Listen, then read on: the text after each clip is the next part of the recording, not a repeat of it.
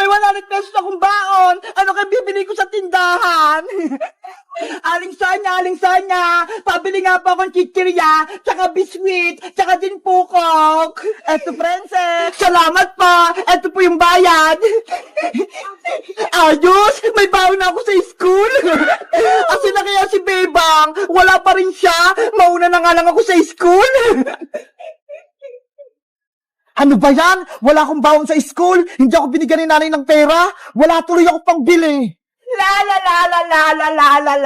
Ay, si Princess, may bigyang pagkain. May naisip ako. Hoy, Princess! Ano yan, Bayang? Ano yung hawak mo? Pagkain ba yan? Baon ko to. Binili ko to sa tindahan ni Aling Sonya. Bakit mo tinatanong? Ang dami naman yan. Baka gusto mo akong bigyan. Ano? Bibigyan kita? Hindi pwede, Boyong, no? Aking lahat to. Ang damot mo naman, Princess. Bigyan mo naman ako. Kahit isa lang. Ayoko nga. Ano ka? Sinaswerte? Ayaw mo magbigay, ha? Akin na yan! Ay, Boyong Butiki! Akin yan! Hindi ko na sa ito ibibigay! Boyong! Akin yan! Nge! Princess Bungenge! Wala na siyang pagkain! Boyong! Akin yan!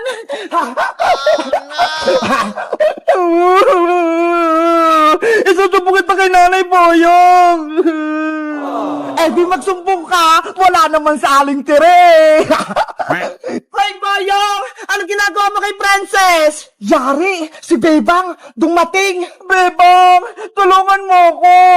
Si Boyong Putike, inago niya yung baon ko.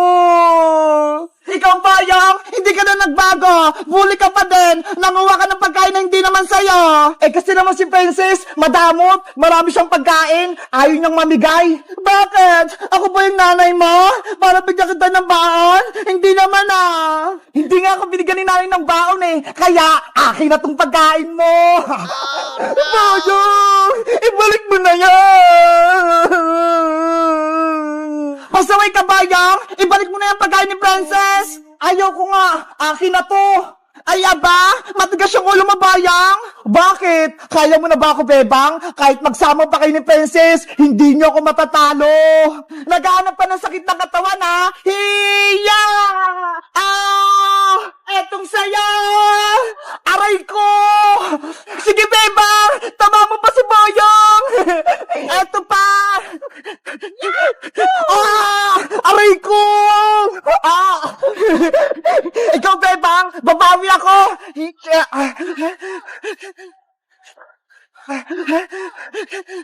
Ang galing ni Bebang! Nailagan niya! Pagod na ako! Hindi ko matamaan si Bebang! Ibalik mo na yung pagkain ni Princess para hindi na kita masaktan! Ayoko! Hindi ko ibabalik to! Ganun pala, ha? Eto pang saya! Hiya! Ano? Papalag ka pa, Bayang? Ayoko na, Bebang! Suko na ako! Hindi na ako papayag na lagi mo kami binubuli! Ibalik mo na yung pagkain ni Princess! Eto, Princess! Kunin mo na tong baon mo! Si Bebang lang pala yung katapat mo! Ano, Princess? Okay ka na? Oo, Bebang! Nabawi ko na yung pagkain ko! Tara na sa school! Let's go! Iwan na natin si Boyong dito! Boyong! Lagot kayo sa akin! Magiganti ako sa inyo!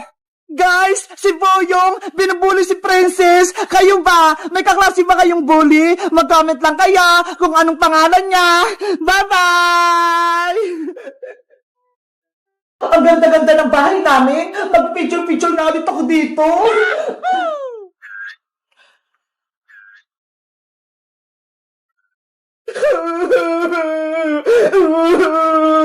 Ayoko na dito sa bahay. May kapatid pala ako. Hindi ko alam. Bebang anak, sorry. Hindi ko sinabi sa'yo. Si nanay, nagsinungaling niya sa akin.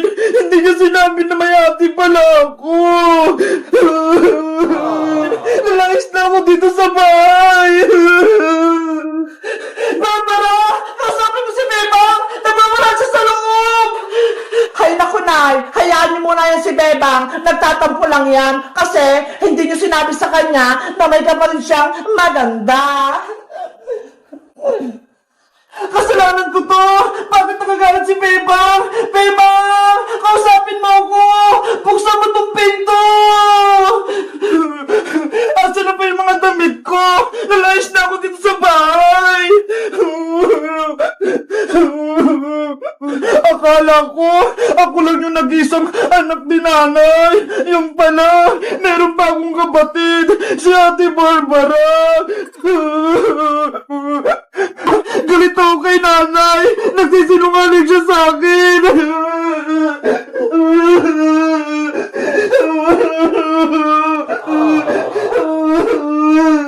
Bebang anak, buksan mo tong pinto. Mag-usap tayo. Ayaw ko sa'yo, Nay. Nagtatampo ako. Sabi mo sa akin dati, ako lang yung anak mo. Yan pala, may kapatid ako. Sa Ate Barbara.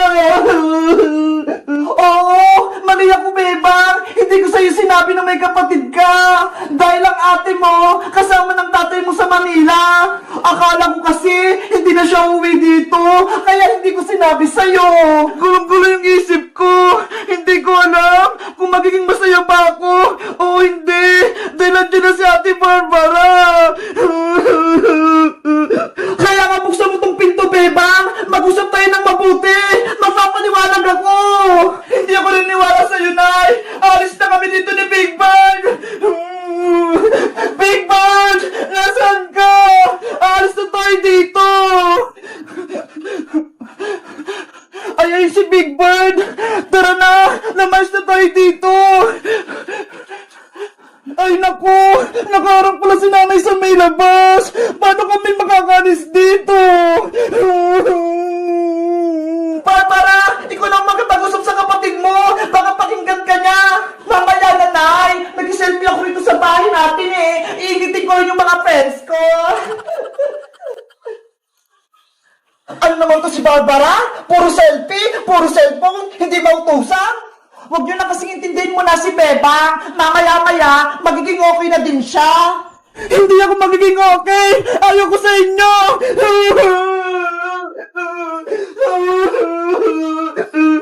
Ang okay naman ito ni Bebang. Akala mo naman, ang ganda-ganda. Well, mag-selfie na nga lang ulit ako. Yahoo! Anong gagawin ko, Big Bird? Masama yung loob ko kay nanay. Hindi ko rin alam kung kakausapin ko si Ate Barbara. Hindi ko alam yung ugali niya. Mabait ba siya? Masungit? Matapang? Hindi ko alam kung magiging close kami. Hindi ko alam yung pakiramdam ng may kapatid. Sana, hindi na lang siya nagpakita dito sa bahay at hindi ko na rin nalaman na may kapatid ako.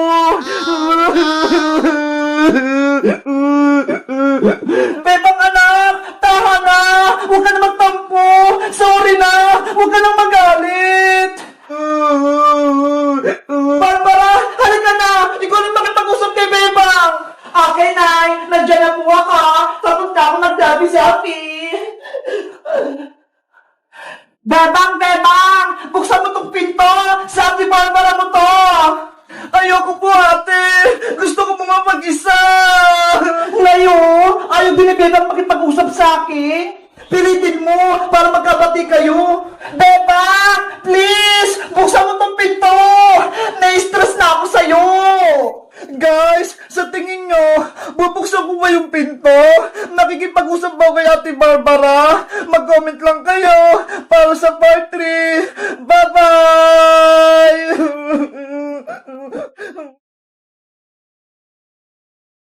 Yahoo! Oh no! Princess, Boyong, bilisan nyo na! Gawin na natin yung group project natin! Tignan nyo ho! Malapit na kaming matapos ni Iska! Sabit lang naman, Bebang! Kumakain pa ako! Ay naku, Princess! Baka hindi ka na naman gagawa ah! Bahala ka! Wala akong score kay Teacher Magda! Si Boyong nga! Naglalaro lang din eh!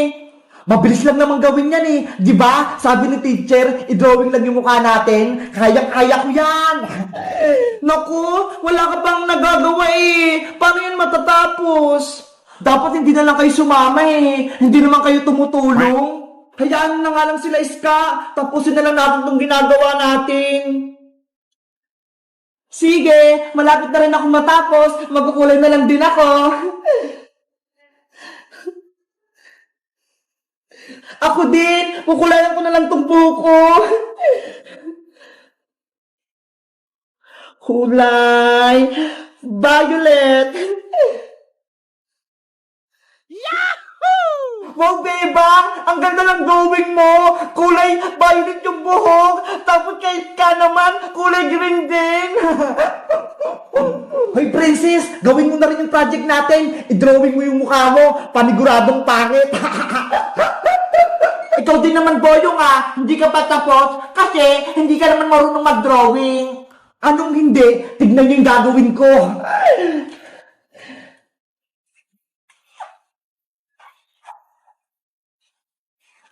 Ano yan, Boyong? Hindi naman drawing yan ah. Kaya nga, nagsulat siya ng boy. May magic to. Panoorin nyo.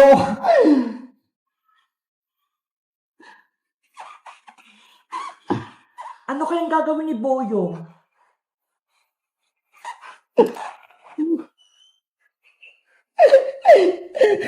Charan! Halang galing! Nagmukhang batang lalaki yung gawa ni Boyong. Sabi ko sa inyo eh, ang bilis lang itong project natin eh. O, di ba? Ang pogi ko rito. Hindi mo naman kamukha yung Boyong eh. Tignan mo ho, bilog yung mata. Eh, ikaw, ang litang mata mo. Ikaw talaga, princess, kontra ka lagi. Ang importante, may project na akong nagawa. Kaya nga, princess, tignan mo ho, tapos na kaming gumawa. Diba? Ang ganda ng ginawa naming project. Ako rin, bebang, tapos na. Ikaw na lang walang project, princess. Kukulayan ko na tong drawing ko. Ayan, kamukha ko na si Sangoku. Akala nyo, hindi ako marunong mag-drawing ha? Tignan nyo, may gagawin ako.